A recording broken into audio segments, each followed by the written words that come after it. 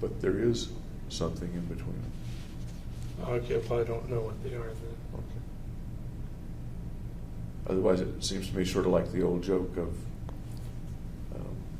lots and lots of formulae and experimentation, and then a miracle happens, and Okay. something. You remember that joke? No. Okay. If you're doing a proof, or you're doing a paper about how you get to results of your experiment, Yeah, you have data. it's not fair to say the data's here and a miracle happens and there's my result. You need to understand, or try to understand, what's between the data and the result, the causation, if you will. I'm saying stress is the causation. So you're kind of removed from, you're already one step closer. What is it about you then that makes stress per se lead to thoughts of killing people that's not present in almost anyone else? That's just my coping mechanism. It sounds like psychobabble to me. I'm sorry. It just does. What do you mean your coping mechanism? That's how I deal with it.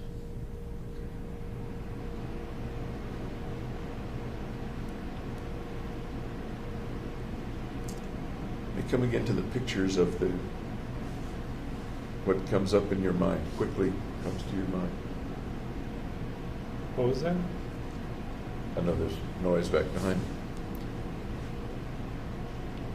Let's come back to the image that comes to your mind about killing someone. Once again, is there any clearer picture of that you can see? Can you fiddle with the focus knob? Well, there's kind of two clarify? pictures. One Okay. is with when I'm with someone, I have a picture of killing them, and then the other is an abstract. I get this image of just a formless person who I can't really make out, and I'm killing them. Okay. Let's go to the one that you mentioned when you're with someone. What might be a circumstance in which you would think about killing a person that you were with at that time? If they're being very annoying. Can you draw me a hypothetical situation?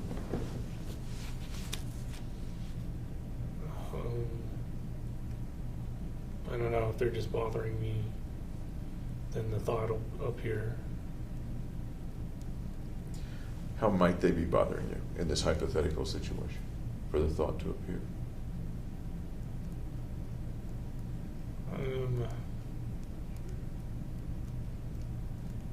I guess laughing at me or something.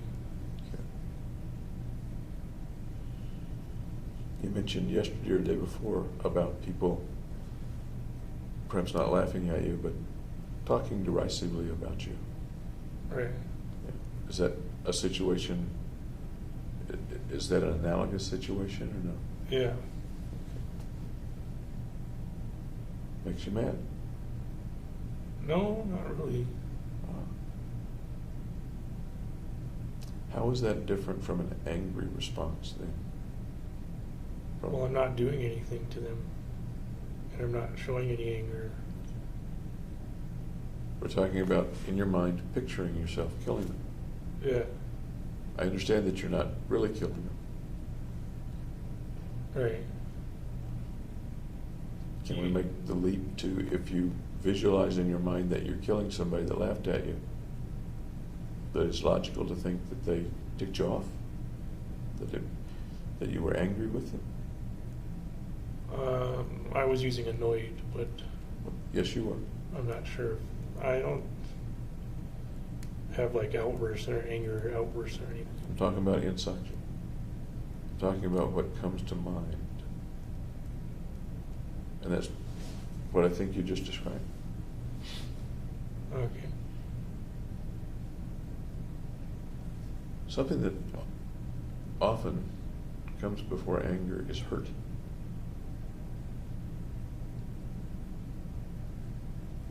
Did you feel hurt when people would talk derisively about you? Yeah. Whether hypothetically or not? Okay. Yeah.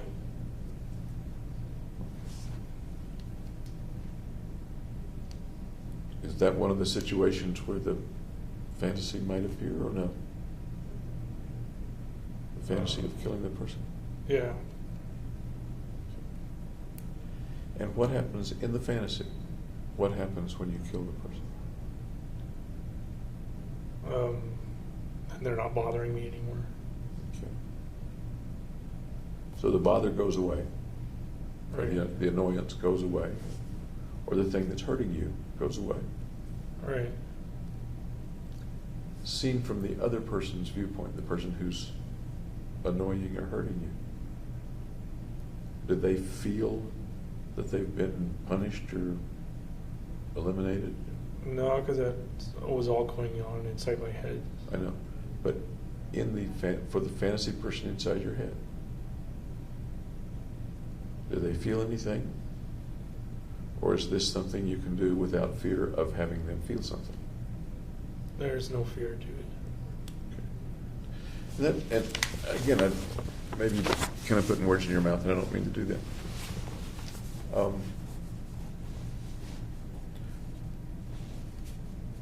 Some people who are being hurt don't want to truly hurt the other person.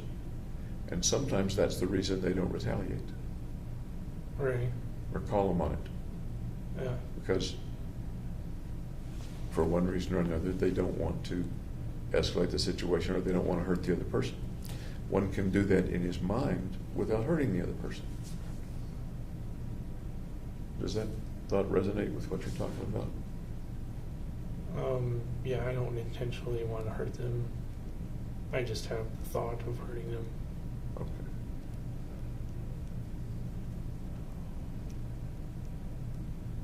Another sort of leap. What does that thought accomplish for you? I'm assuming you're feeling... Kind of resolution. Okay.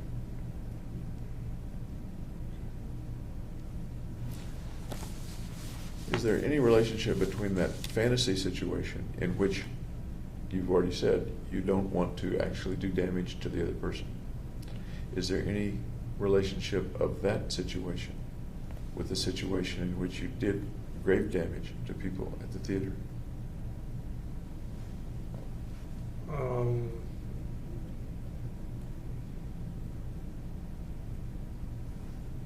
Well, then I was actually doing it. It wasn't a thought anymore. I understand. Do you see any connection or relationship or analogy of the real with the thoughts of many years ago? No, because they hadn't annoyed me in any way. They were kind of the formless kind of person. I'm thinking, and please tell me if my thinking is correct or not correct, that there are two kind of categories. One in which someone is doing something to you or in some way making you uncomfortable or annoying you, making you feel badly, and you deal with that in fantasy. Another is a situation such as the shootings, in which the people are not doing anything to you, but you wish to take something from them and assimilate it into yourself, their value. Yeah. They're two separate things. Okay. Tell me what's right or wrong with that interpretation of things. Is it 100% right, 50% right, 10% right? And correct the things that aren't right, can you?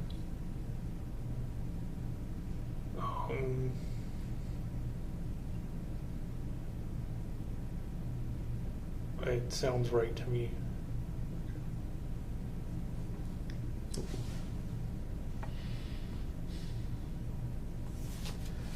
What was your first experience with people dying? Someone dying? I never had close contact with somebody dying. Really? You know? Ever been to a funeral? Yeah. Tell me about it. Whose funeral? My grandma Helen's. How It wasn't old? a casket or anything. It wasn't an open casket or a body anywhere. So it was a memorial service as contrasted with a funeral where there's a casket. Right. Okay. How well did you know your grandmother? Pretty well, yeah. Pretty well. You were or were not around her as she became infirm or became ill and approached death? I wasn't around her.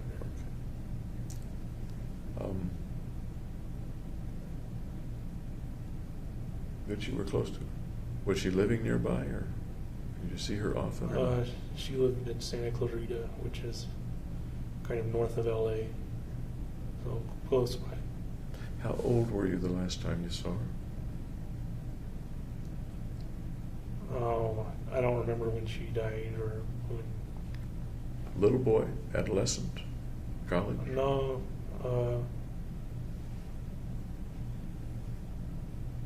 I think it was undergraduate. Okay. Had anybody close to you, friend, schoolmate, died before that? Nope. Had you lost any pets? Well, natural causes, basically. Tell me about that. What was that? Had a Labrador named Zuby, and I think a Scottish Terrier named Wimby. Zumbi? Zuby? Zuby and Wimby? Yeah. Zuby and Wimby. Okay. Tell me about the dogs. They're very loyal dogs. They like to play fetch.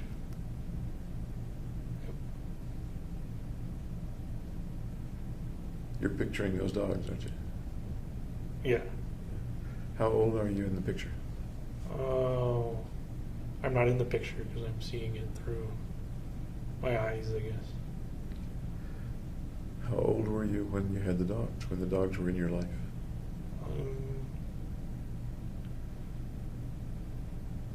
I guess like 7 or 8. And how did they leave you? How did they die? Well, Zuby couldn't get up anymore because he had like bad hips, so we had the vet put him down. And then Wimby, I guess, got sick. I don't know what he got sick with, but we had to put him down too. You were pretty young, but did you go to the vet when they put the dogs down?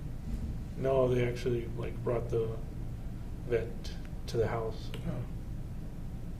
Were you there when the vet euthanized the dogs? No. How did you learn that the dogs had been put to sleep? Oh, my parents told me. Did they warn you that they were going to do that? I don't remember a warning. It didn't seem sudden though because they kind of depreciated. Would you have appreciated a warning? Yeah, it couldn't hurt. Do you remember how you felt when those dogs were put to sleep? I was sad. I climbed a tree and cried. Were they both put to sleep at close to the same time? Close intervals, yeah. I was older by then, past 7 or 8. I was like early teens. Early teen. They've been with you a long time? Yeah, Were those your first dogs? yeah. We had a third dog that we got later called Rocky. He was a poodle. But Zuby and Wimby? Yeah. Zuby and Wimby, you sort of grew up with, it sounds like. Yep. Do you remember anything that your parents might have told you, even after they put the dogs to sleep, about the nature of dogs and the nature of people dying or dogs dying? getting old? No, there was nothing surprising. But you have a memory of climbing up in the tree and weeping and crying. Yep. What kind of tree was it? Oh, I think it was a eucalyptus tree. By yourself? Yeah. You ever tell anybody that story? No. Pretty personal story. Yep. And the family got another dog. Yep. Beg pardon? Yeah. When you moved away, Riverside, Colorado, did you have a pet? No.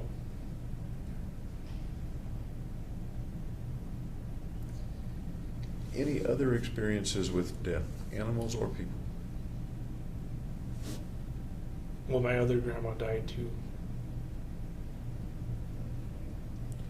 How close to her dying were you? I was in San Diego and she was in Carmel, so like 8 hours away. About how old were you?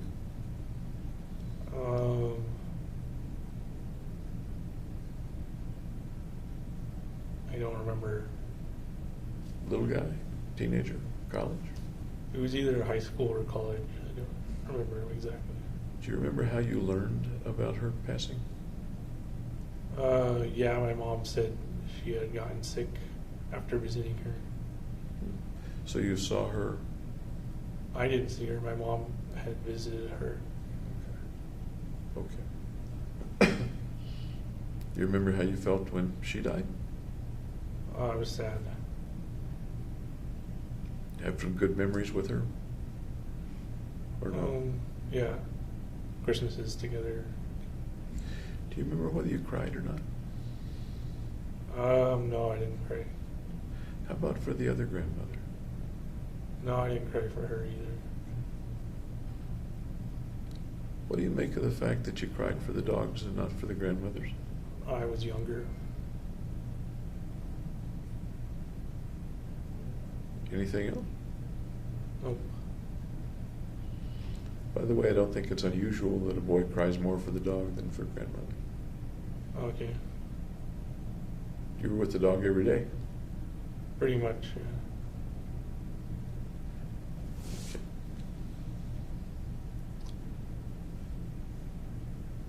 Do you have a view? Well, let me go back some years in when you were younger, high school, college, or at the time that these people and the pets died. Did you have a view then about what happened after they died? What happens after death? Just a dreamless sleep. A dreamless sleep. Yeah. Did that apply to both the dogs and the grandmothers? Yeah. Okay. Where did you get that feeling of the dreamless sleep? Where do you suppose that idea came from?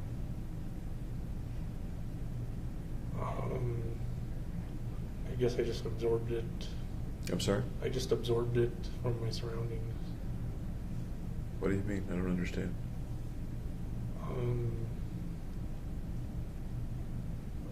I just thought that was the way things would work. You don't recall it being something that Mom said or Dad said? No, I think I came up with it on my own. Did you ever have any thoughts about an afterlife for the dogs or for the grandmothers? No, I don't believe in afterlife. How about when you were a little kid? Well, I knew about heaven and hell, but I didn't think it would apply. Apply to? That it wasn't the way things worked. Okay. And how about now? I still believe in the dreamless sleep. Okay. Do you think much about it? No, not really.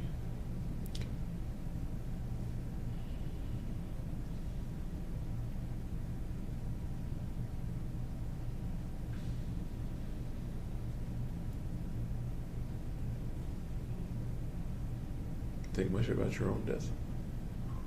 Nope. There was a possibility that you would have died in the shooting. Then I wouldn't have to worry about anything else.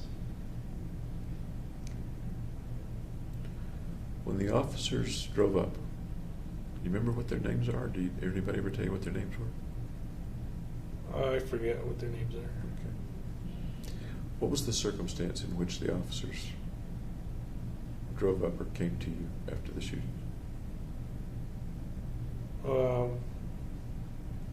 Well, they drove up behind the theater because everything happened behind the theater at that point. And they were looking in at Theater 8, and they had their backs to me, even though I had a gun right next to me and stuff. So I didn't shoot them, but then they came towards me, and I put my hands up, and then they knew I wasn't police. Why were you outside the theater and not inside the theater? I left the theater at that point and went out the back. Had you finished? Or were you getting ready to go back in? Or? No, at that point I just decided I was done and left. Okay. So it wasn't that they interrupted you, you had decided that you were done? No, I could have kept on shooting. And that's really what I was asking. Without the police being there, what would have happened next? Well, the magazine jammed, so my main weapon malfunctioned. But you had 3 others. I had 2 others on me, and I would have had to reload the shotgun, which takes so much time. So essentially I only had the one handgun. So, absent the police, what would have happened? If there were no police? If the cops hadn't come up to you, what would you have been doing? They didn't come up to me. I left the theater, and then they appeared. I understand. You have left the theater, you're outside the theater door, and the police Aren't present. don't see you, aren't present. They are present. No, but if they were not, what would have happened next?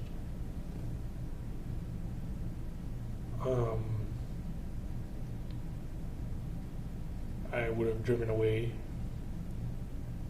Okay. I don't know where I would have driven though. Okay, so you were...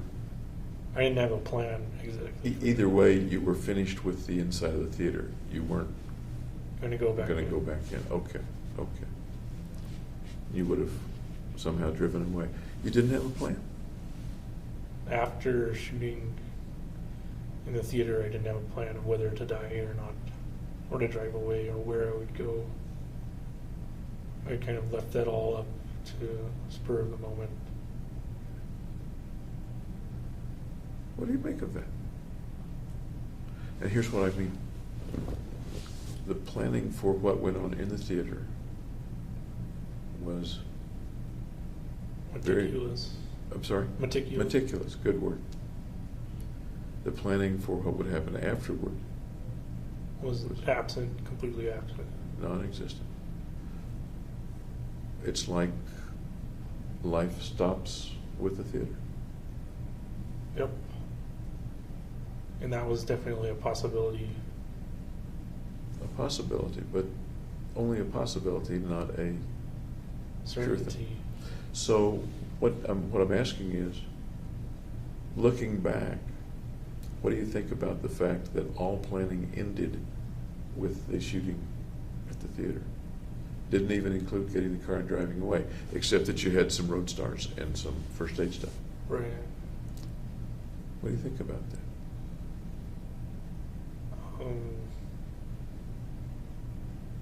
I think I didn't think it through very well then. But you're A, smart guy, and B, an extreme planner. Right. It seems illogical that you wouldn't think it through. And yet, I believe you when you say you didn't think it through. So, what is it that causes a smart guy and extreme planner not to think it through beyond the shootings? Because I kind of figured my life would end at the shootings. Okay.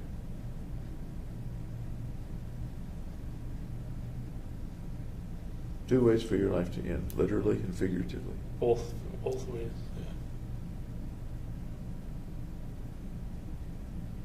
It sounds like you had no plan, no hope, no wish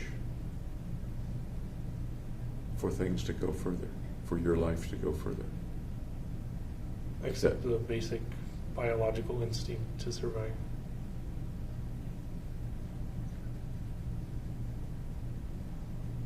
But in your planning,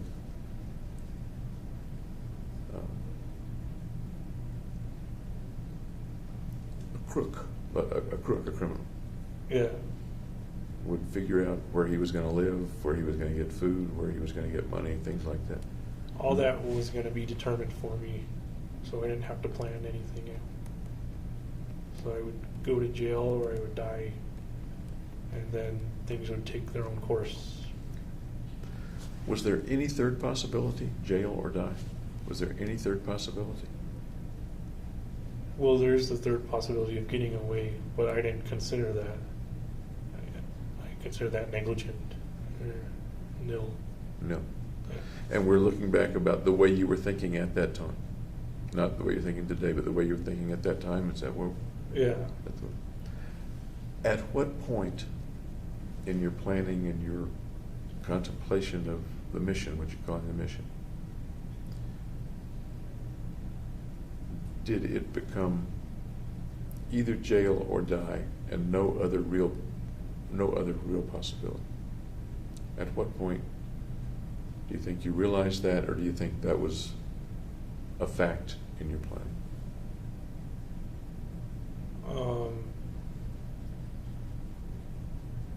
I think it was early on, at least, because I did a status posting on my Match.com and AdultFriendFinder.com. Will you visit me in prison? So I kind of knew at that point I would either go to prison or die, or go to prison and die. So that posting wasn't just a thought or random or for effect. That posting was anticipating, The consequences. rather specifically anticipating. Yeah. That's the way you remember it. Yep. Roughly when did that posting take place? About how I have no idea. How long before the shootings? A week before? A few days before? A Uh, month before? It could have been as long as a month before, but I don't think so. Okay. How are we doing on time? We're doing fine.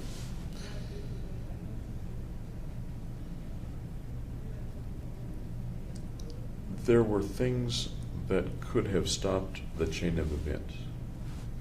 Yeah. You mentioned, for example, if the FBI had stopped you from going into the theater. Right. I think we talked about that yesterday, the day before, as maybe even a wish that would happen. Or no, or am I misunderstanding? Maybe a hope. A hope.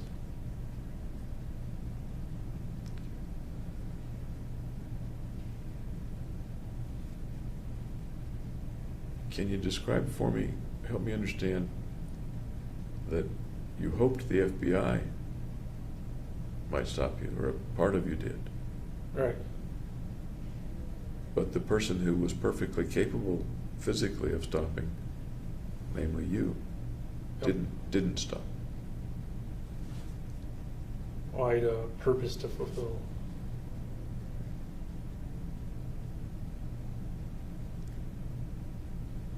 But it would have been okay with you, in fact you hoped it, if somebody else stopped your purpose, namely the FBI.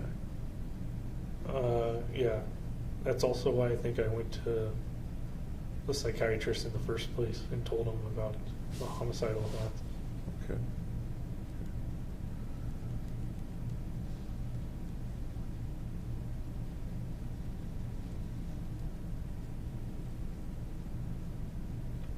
That sort of sounds like there were two parts of you going on. One part that wanted to proceed and the other part that didn't.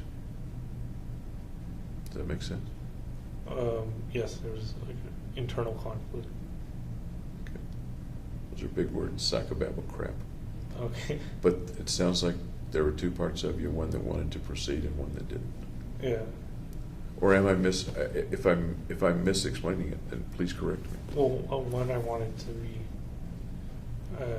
fixed to be normal, Okay. and the other was to carry out the machine.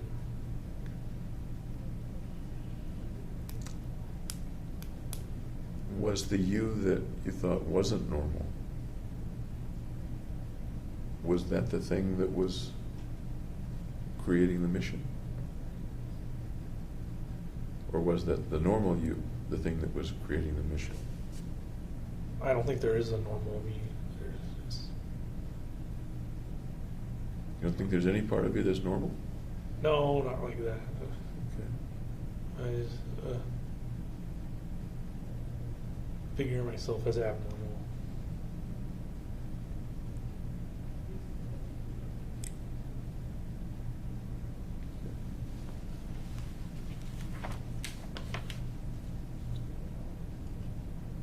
The going to see Roth and then Finn seeking help or seeking something, did that have to do you think now, with stopping you one way or another?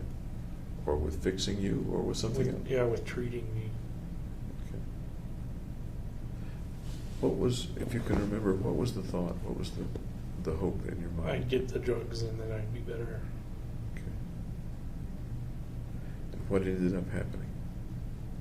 I got the drugs and it abolished my anxiety, my kind of fear of other people, and kind of maybe even facilitated it. Hmm.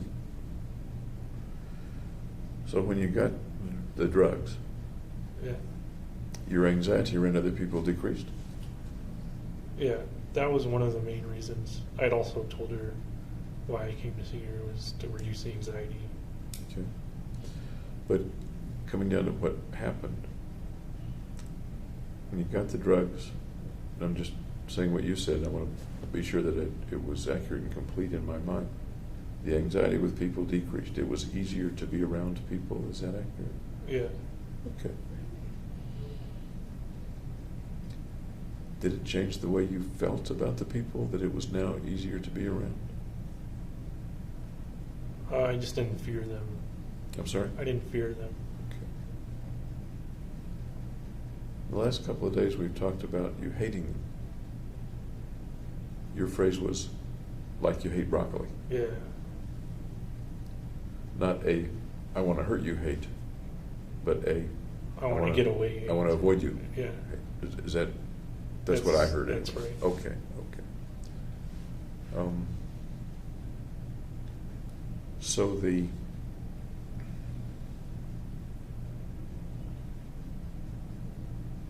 I guess that makes me ask, what did the shootings have to do, if anything, with hating people?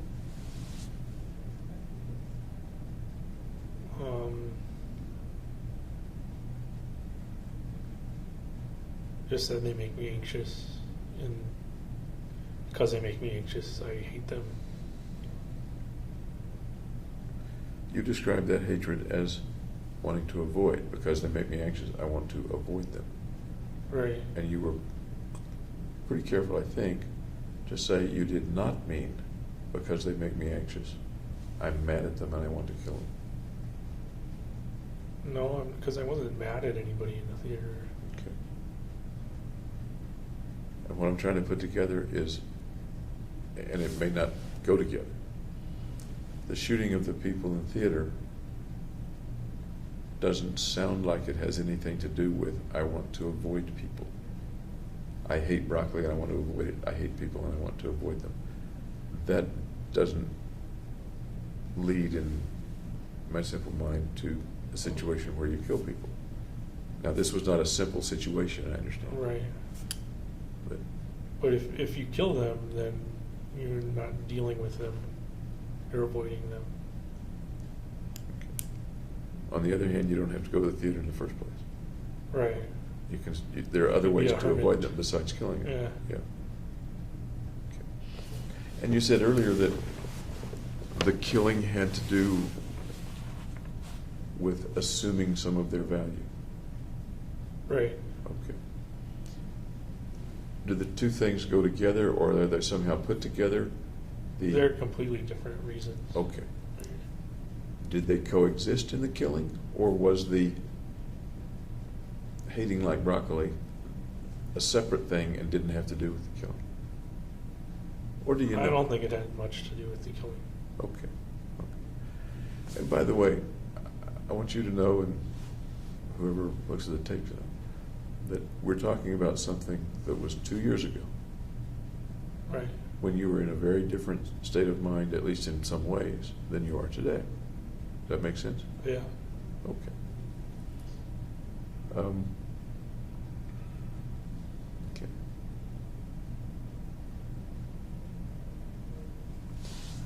The things that might have helped, what you called the drugs, and maybe there were other things that might have helped. There were 2 or 3 kinds that were tried, as I recall, right? Clonazepam, propranolol, and sertraline. Okay. Did you take those things as prescribed? As directed. Yeah. Okay. And what was the result? But you already told me that your avoidance of people went down, decreased. Right.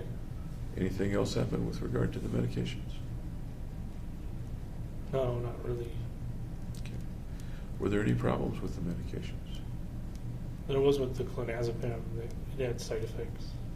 What side effects did it have that you recall? Maybe like tired, I think, and unable to focus.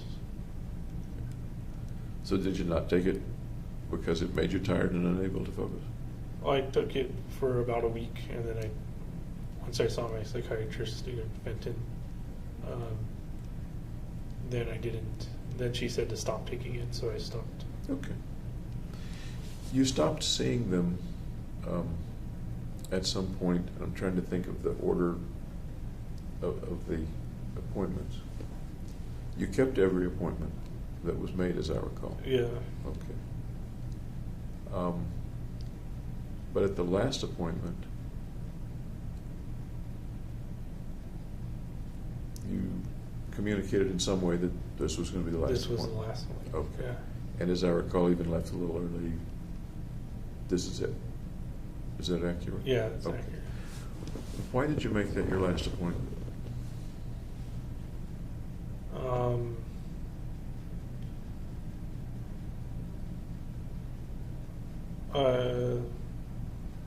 I don't know why. If there was a wish to fix you, or to, on the one hand, fix things, fix your mind, and on the other hand, prevent the mission from taking place, prevent the track that things were on, to stop that. That kind of overruled the treatment. It overruled the treatment. Yeah. Pretty strong force. Yep. Where does such a strong force come from?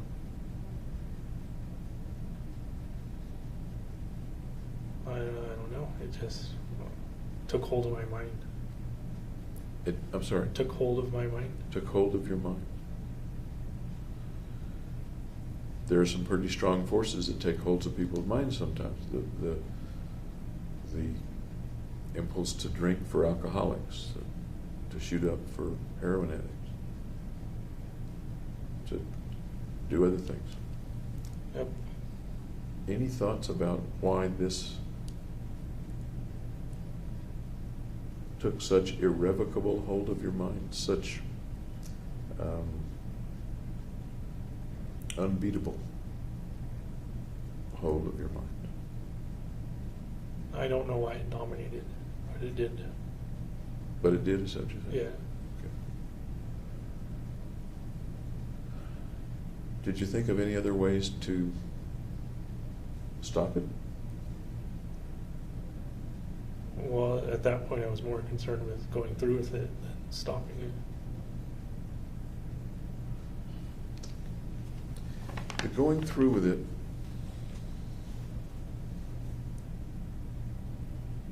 the picture in your mind was that everything was going to end with the mission. That is, you didn't plan beyond the mission. It sounds as if, and once again, correct me if I'm wrong, that nothing existed for you of import beyond the mission. Right. Okay.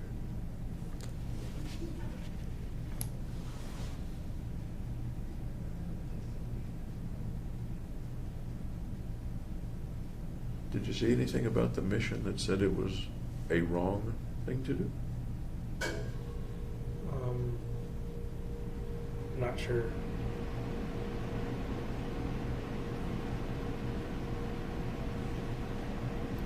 Seems like a pretty simple question. Well, I knew it was legally wrong because you get punished for killing people. Yep. I'm thinking more about inside you. You're a person going through life at that point. You haven't been arrested at that point. You're thinking you may well be arrested or may be killed. No matter what you do, if I'm thinking right about the way you were thinking, life is going to end one of two ways. You're going to be killed or you're going to be put in prison, arrested. But between here and those things, thinking back on July 1st, 5th, 19th, 20th, there are people that are going to be killed and wounded. Right. Is there anything wrong with doing that in your state at that time?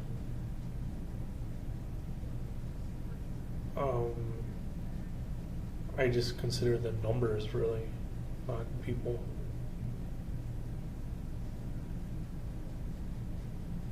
How's that?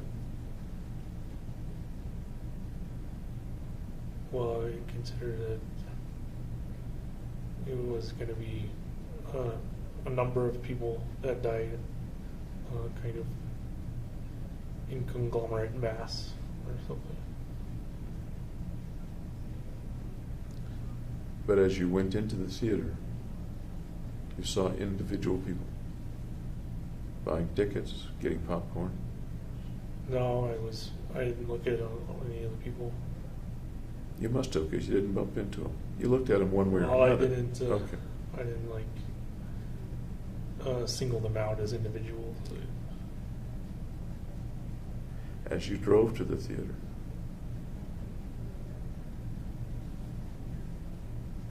you didn't go out of your way to hit pedestrians or run over dogs. I was concentrating on getting to the theater without getting pulled over.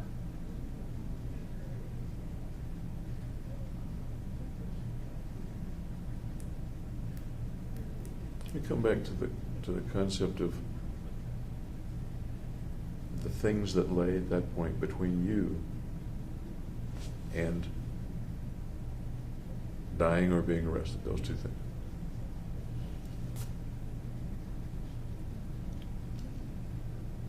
Did it ever cross your mind that you were going to hurt people?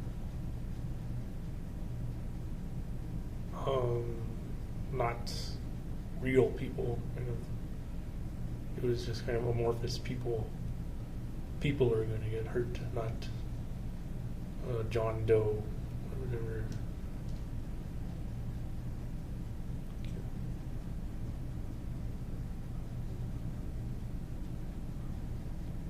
If a little old lady had crossed the street in front of you on the way to the theater, would you have put on your brakes? I would have avoided. Okay. Yeah.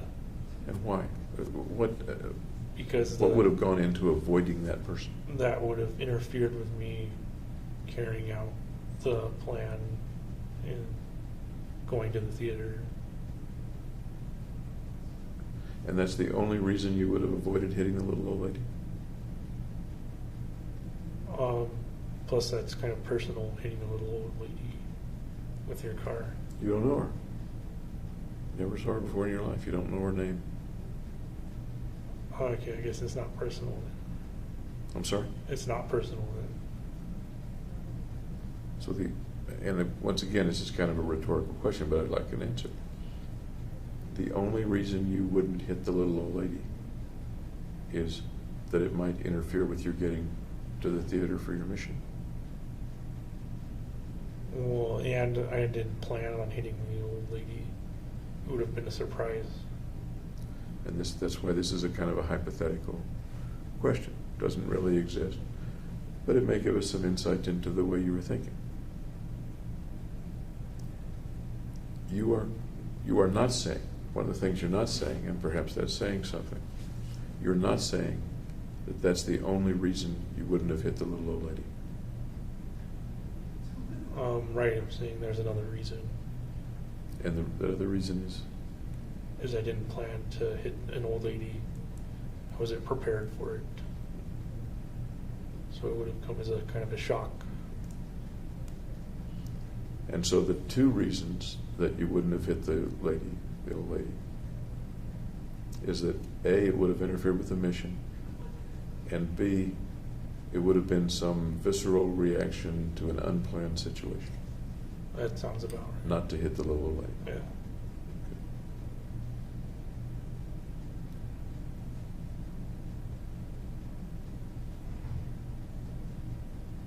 The people who were in the theater, how do you feel about them now? I don't know. Okay. They're gonna make me know them though. At the trial, you mean? Yeah. I expect so. Let me go back to just after the shootings happened, in the day or two after the shootings happened. Okay. Wait, did you say okay? Oh, I said okay. Okay. Did you have any thoughts about the victims, the people that were shot, etc.? No, I just heard the numbers. It was like over 50 wounded and 12 zagged. What came to mind as you heard the numbers? It was new information.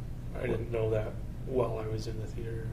Any feelings come to mind? Any pictures or feelings come to mind as you got that information?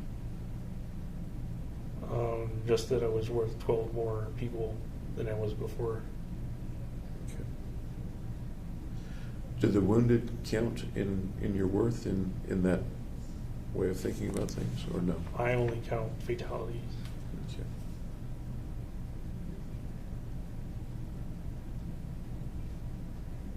So is there a difference in the way you think about the wounded than in the way you think about the deceased, about the dead? Yes. And what are the two ways that you think about it? What are the two?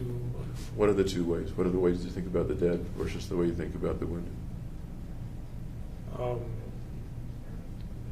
Well, the dead can't be repaired or come back to life or be normal again. Mm-hmm. So it's kind of irreversible. And what I heard you say was that accrues to something positive for you. Right. Okay. What about the wounded? They're like collateral damage, I guess. Any thoughts about them after the event?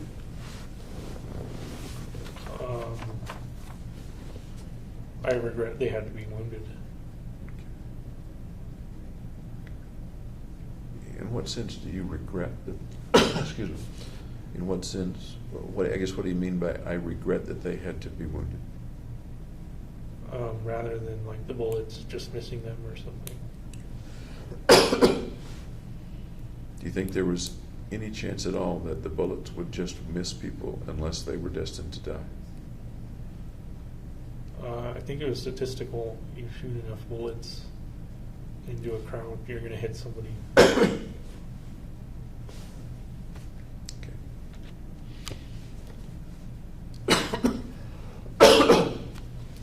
Can you help me understand the regret that you felt that they had to be wounded?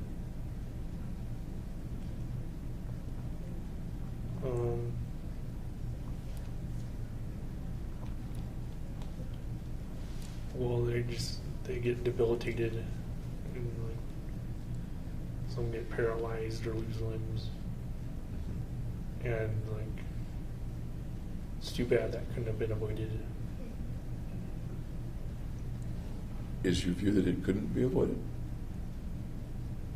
It couldn't be avoided because I'm basically shooting blind into this crowd of people, so. But that's the way you set it up. Right. So it couldn't be avoided. But that's the way you set it up. So if I had set it up differently and like aimed specifically for the people, I guess it could have been different. You set it up so that people would be wounded, not killed. Does that make sense? Not intentionally. I set it up so that people would die. How is it not intentional that you set up a situation, you planned it meticulously, to use your word, that you wouldn't be able to see well or aim well? Right. So which is the way that people keep get it wounded. impersonal.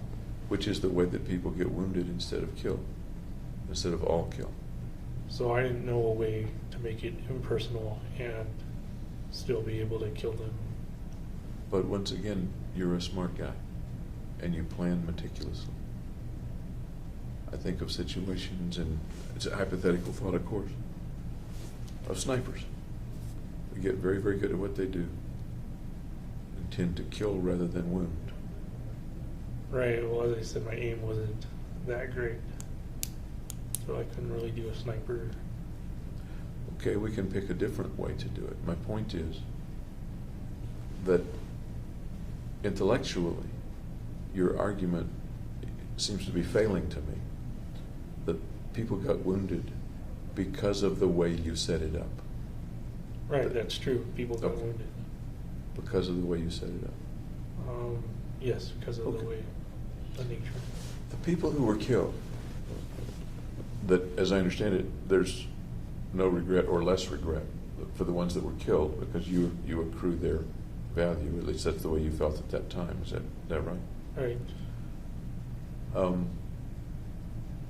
Did you have any thought about those that they left behind? Their Also relatives? collateral damage. The argument begins to sound pretty quickly like the ends justify the means. Make sense? Yeah.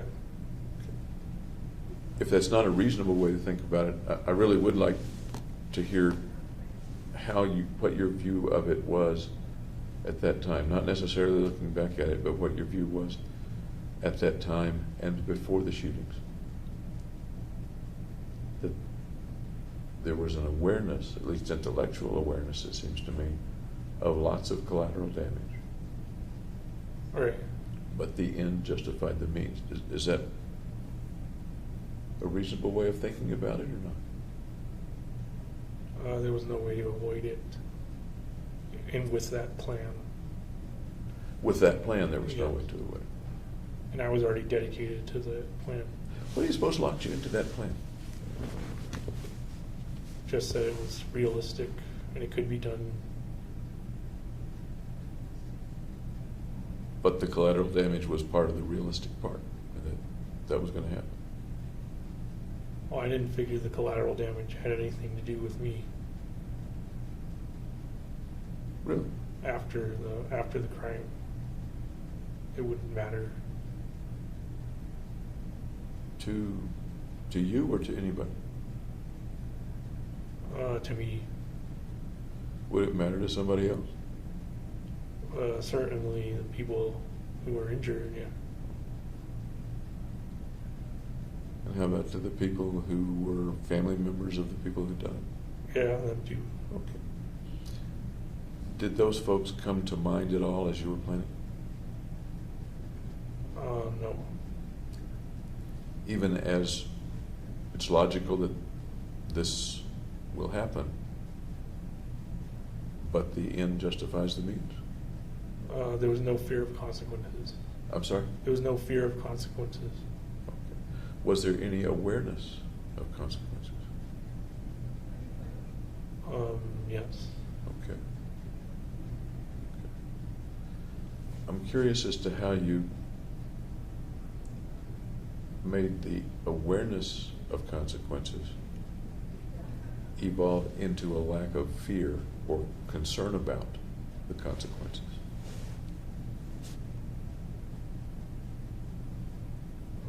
I don't understand the question. I don't think you're a cruel guy.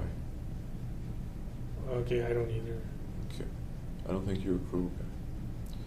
You don't go out and, I mean, in the lab you may sacrifice rats, okay. Right.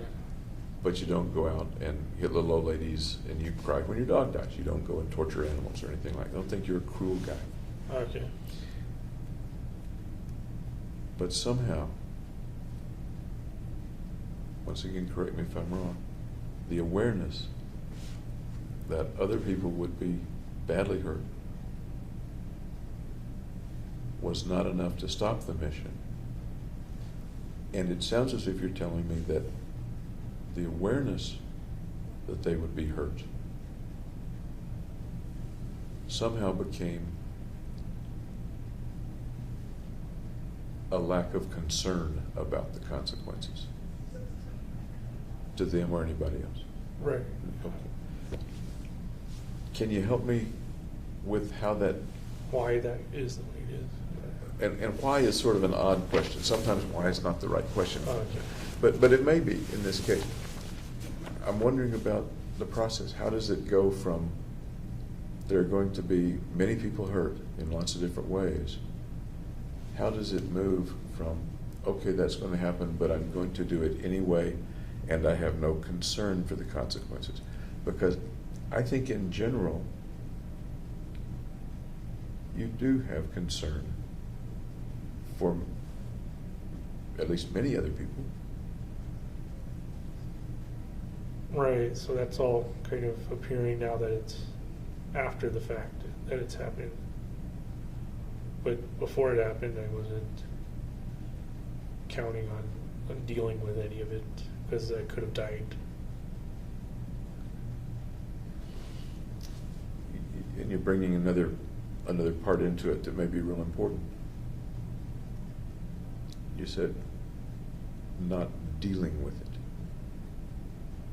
I'm not remembering your exact words, but not dealing with the consequences. Right. So now I have to deal with the consequences. Before the shootings, I didn't think ahead, so I wouldn't have to deal with the consequences. right after the shooting, were you concerned with the wounded or whether anybody was going to get hurt at the apartment? I inquired if a child was hurt because I saw a sign that said like child division homicide or something. As you came into the Aurora? Yeah, I inquired of one of the PD, investigators. And did anybody tell you one way or the other whether a child was hurt? No, they were evasive. What do you But think? I put it together What did you put together? that a child was killed the next day, I think. How did you react at that time when you put that together? That I tried to minimize child fatalities by choosing midnight and PG-13. Okay, so it would be grown-ups at that showing of that particular movie, is that what you're saying? That was what was intended, yeah. So it wouldn't be like... Once you learned that a child was killed, that you had killed a child, yeah, it was remorseful. tell me more. Remorseful is 3 syllables. Tell me more in 1 syllable words or so of how you felt. That I was sad that a child had died. Did you think much about it? Yeah. Do you still think much about it? I don't know how it could have been avoided though, other than changing the plan into something else.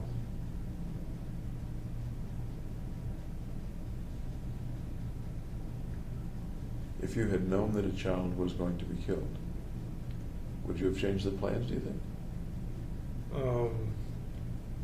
No, I think I would have still carried them out. If you had known that lots of children were going to be hurt, dozens of children were going to be hurt, Then I'd have to change the plan to make it impersonal and not with children. and you're aware that dozens of children were hurt, I'm not aware of that. I didn't know it doesn't children that. I'm sorry? I'm not aware of that.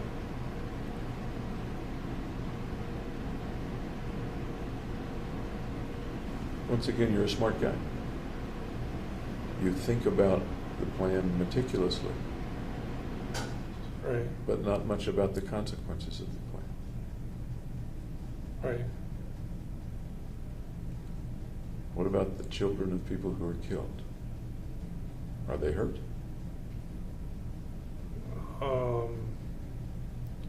I didn't consider family and friends of the deceased or the wounded.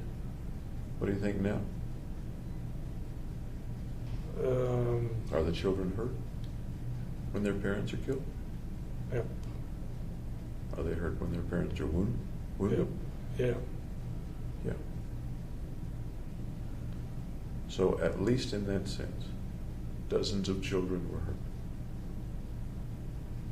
Indirectly. The children are still hurt. Yeah. Does that make you feel anything as we talk? Not so great. Tell me a little more. What do you mean not so great? Well, it wasn't my intention to kill children or leave them parentless or like that stuff. Soon after the shootings, days, weeks, did you think that there were some children? Did it occur to you that there were some children who were parentless? Who were what? Who were parentless? Who had lost one or both parents? No, I never took that perspective. Did it ever cross your mind, other than taking the perspective, did it ever cross your mind that there were No. children who now had lost a parent? I'd only considered the children who'd been directly hurt.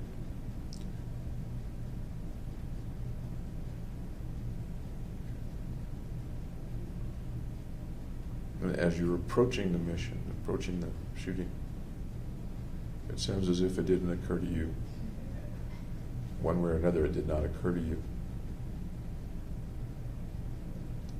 that some of the people that were going to be killed would be parents. No, didn't occur to me.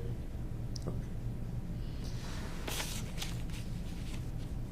You've talked about remorse or regret. You've used the word a couple of times. Almost, and I'm not sure of the feeling that goes into the words. Can you help me understand the feeling that goes into the words remorse and regret as you're using them in the last couple of days with me? That's kind of hard because they are the descriptors of the feeling.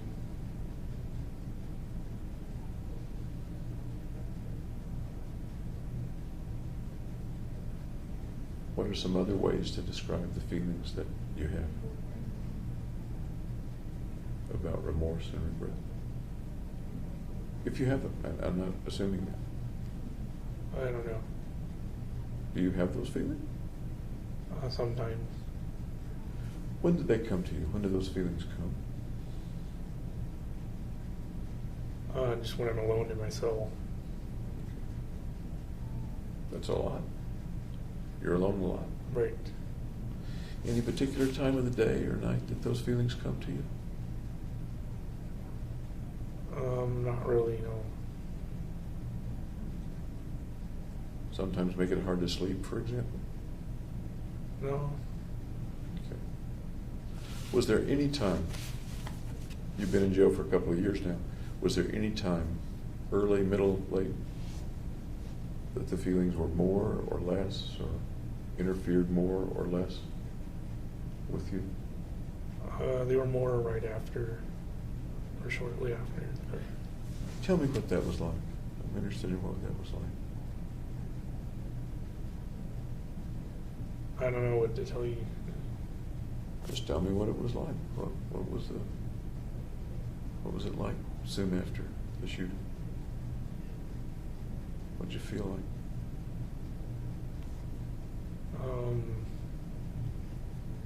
Kind of a now what am I going to do situation.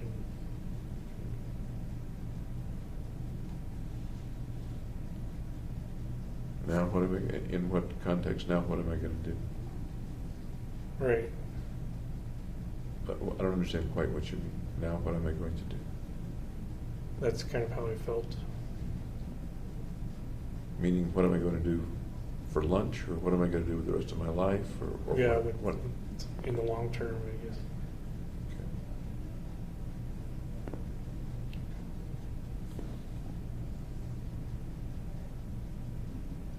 Anything else about the way you felt about remorse or regret after the shootings, right after the shootings?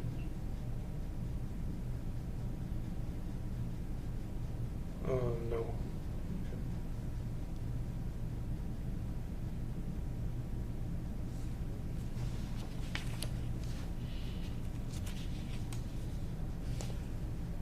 The folks that died, the value, or what are the best words to use? The value, the power that they had, that accrues to you.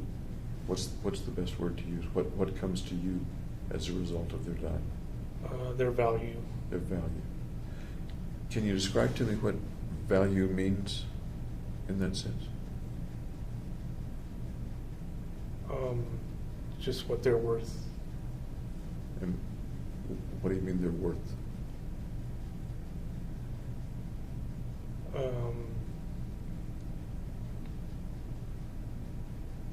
I don't know how else to explain it. Lots of kinds of worth. What kind of worth do you mean? Their worth in totality. Earning potential? Value of the chemicals that make up their bodies? What do you mean? Just their value as a human being. Okay. Their value as a human being. Does that bring up any thoughts or pictures of what one's value as a human being means, or what it is? I just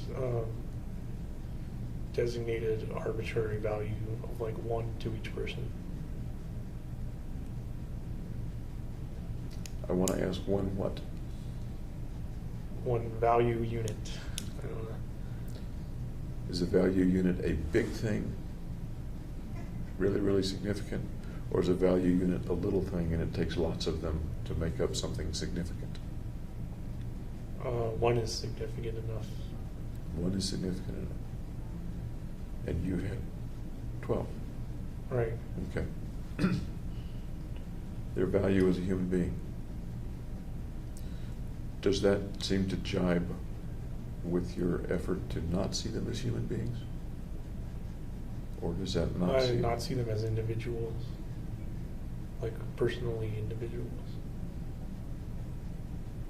And I don't mean to be playing games with you, but you did see them as human beings, because that's their value. Right, their being value human as a beings. human being. So, as a human being, they have this value, and I take that value.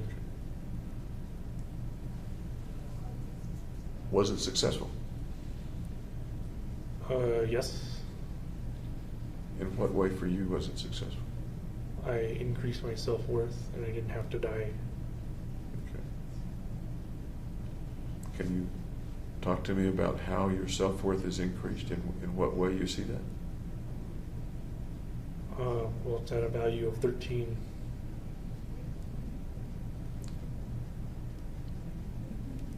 In what way then are you enhanced?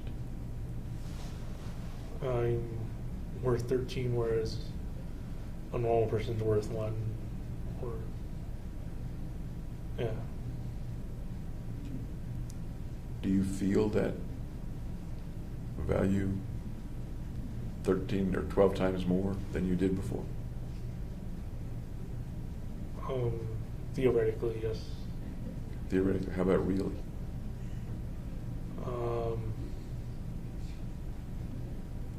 Well, it's only theoretical in nature, so. No, it's pretty real in nature. How about really? What do you feel in terms of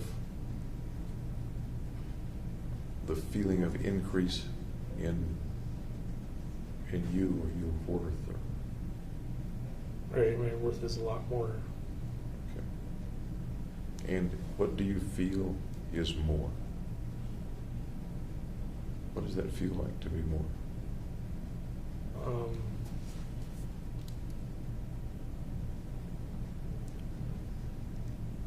Just that I feel better than before. Okay. Many, many times better, lots and lots better, or incrementally better? Incrementally. Can you put your finger on any of the things that trouble you less, for example, or that you do better now than you did before July 20th?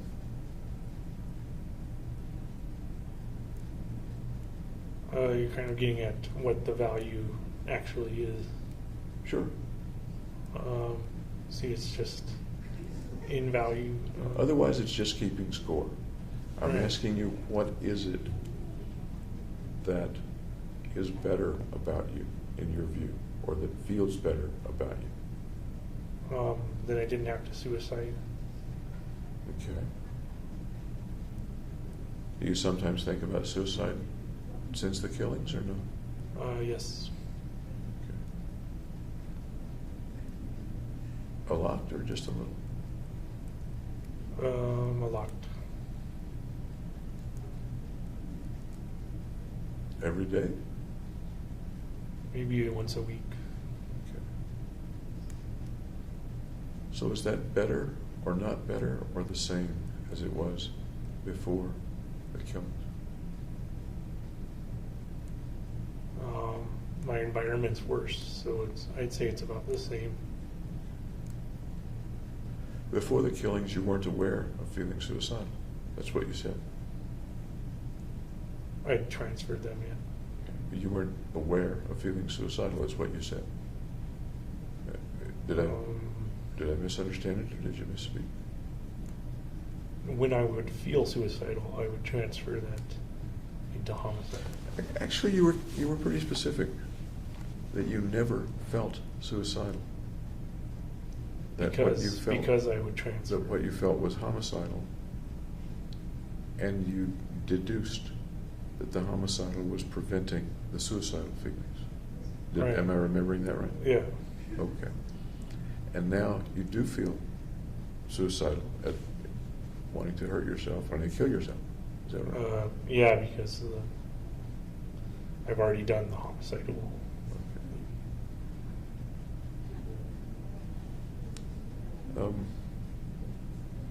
How strongly do the suicidal feelings get sometimes? What's the worst they get? Just they get bad. And what's bad? How can you explain to me what bad is? How bad they get? Whereas I'm contemplating a plan to suicide or not. Okay. Have you tried it?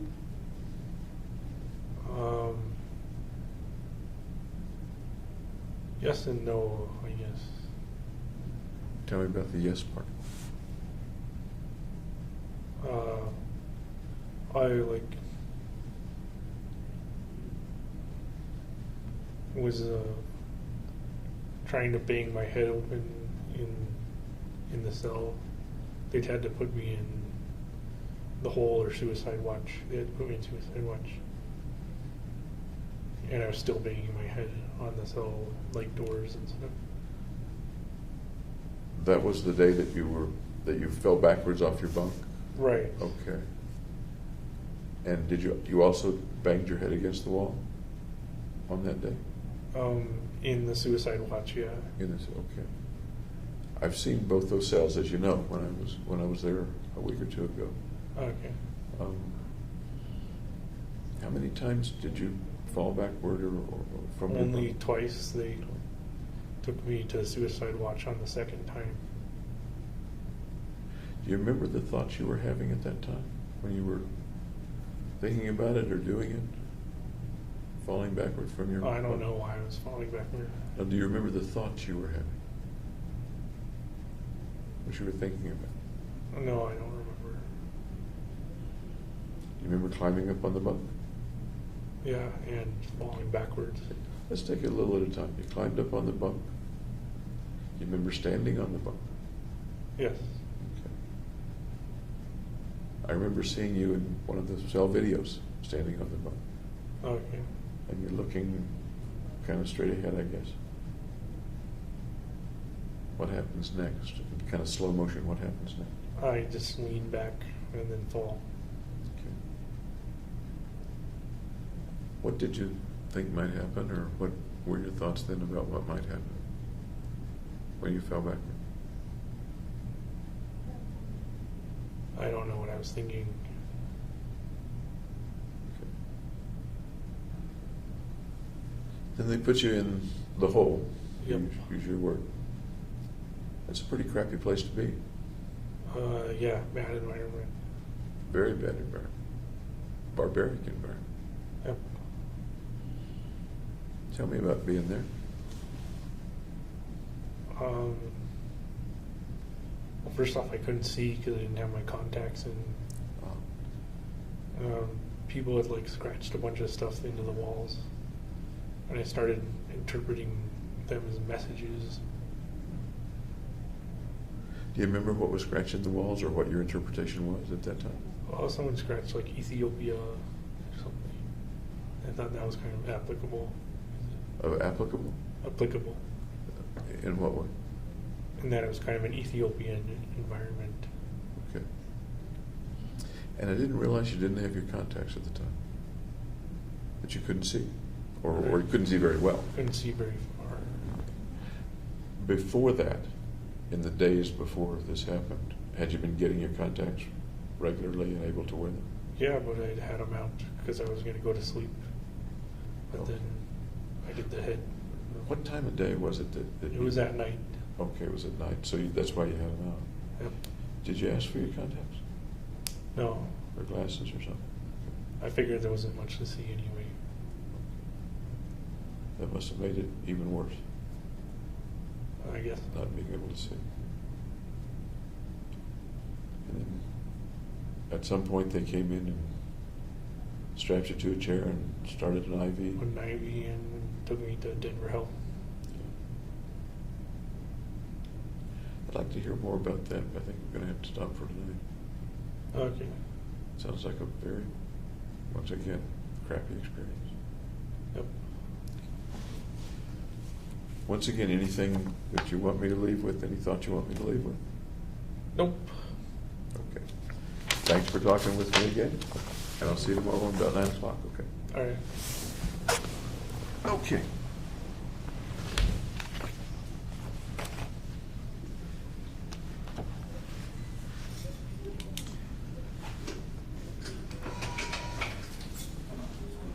Long day. Yeah. Thank you, folks. Okay.